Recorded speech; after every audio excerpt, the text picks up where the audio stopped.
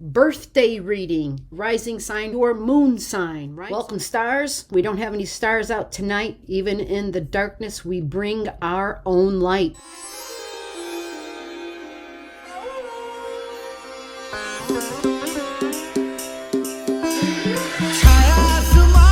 You can listen for your birthday, you can listen for your moon sign, and you can listen for your rising sign. The difference is the house location that'll be in. These March new moon. It is a magical, mystical, metaphysical time. Magicians of magic, of creating, of inspiration, of praying, of meditation, of Christ consciousness, of unity, of interconnectedness. That means the sun and the moon are together. So Pisces is the energy that escapes. It disappears. Now you see me, now you don't. That's Piscean. It is the magician. Again, let's not forget that energies, right, are extreme because you could be operating at this end or this end. Because I know I have a friend, she shows up in the Saturday Night Lives all the time, and she can't stand when I talk about politics, right? She would rather I talk about the fantasy and the sci-fi. Matter of fact, she's like, where's the aliens? Where are the aliens? Because that's over here.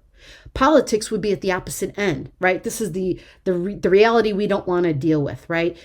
Sci-fi and fantasy is over here, right? And some would say, well, aliens are real. Why are you going to put them over there? Well, because then the argument would be, well, show me the alien. Where's the proof, right? And that's the whole point about astrology, is it's the science of wholes, WHOLE. It's holistic. It's solid, right? It's all of that and more. So we can operate at each end.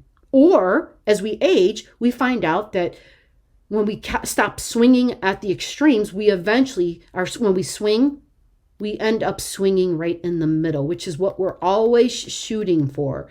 We're always shooting for operating in the middle, because that's a little bit of this and a little bit of this. It's operating in a balanced way. Idealism, meditation, creating meditations, becoming a person who's doing meditations. You'll be, now, if you don't have anything at that degree, all right, you're still feeling this strongly, folks, because we've got Jupiter at 14 degrees at this time. And so Jupiter will be highlighting Piscean themes until June.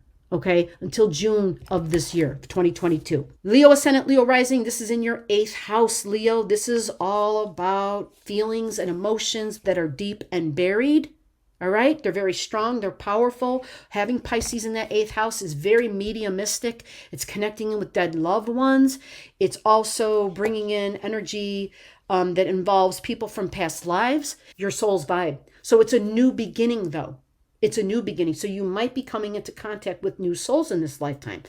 But it brings about, it has a spiritual feeling to it. So other than being spiritual, it can be metaphysical, right? It can be related to religion, right? There might be some activity with religion, but because it's the 8th house, it typically represents a releasing and a healing. Okay, a releasing and a healing of some sort. It could be maybe a wound from childhood, but a releasing and a healing. There's something that has to do with childhood, but it can also have to do with people that you are in romantic relationships with. So there could be a healing that comes with this. Remember, look at the degree, 12 degrees. Okay, Pisces, 8th house, check it out. There could be healing. Use sound, use music, use homeopathies. You want to stay away from substances. Substances we're going to be really hypersensitive to at this time when we have this new moon. Okay, we can feel what other people are feeling.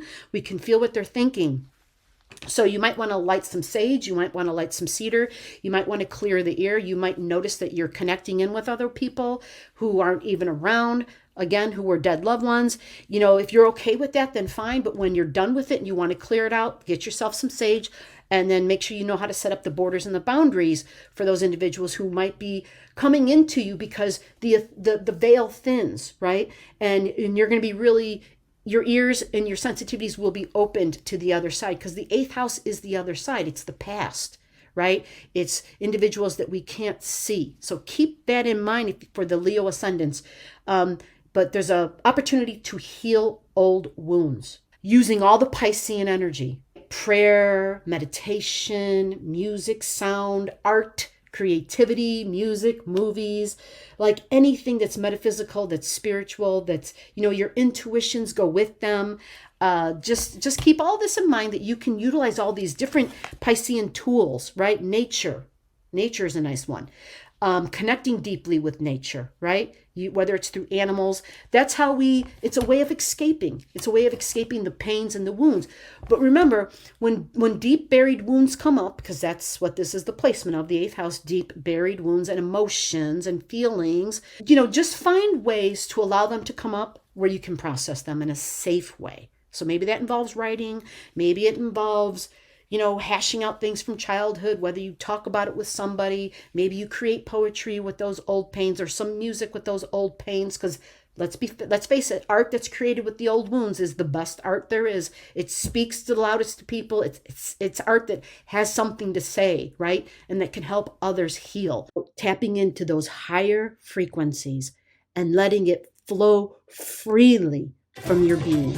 Express, share, radiate, and shine, because you are the divine.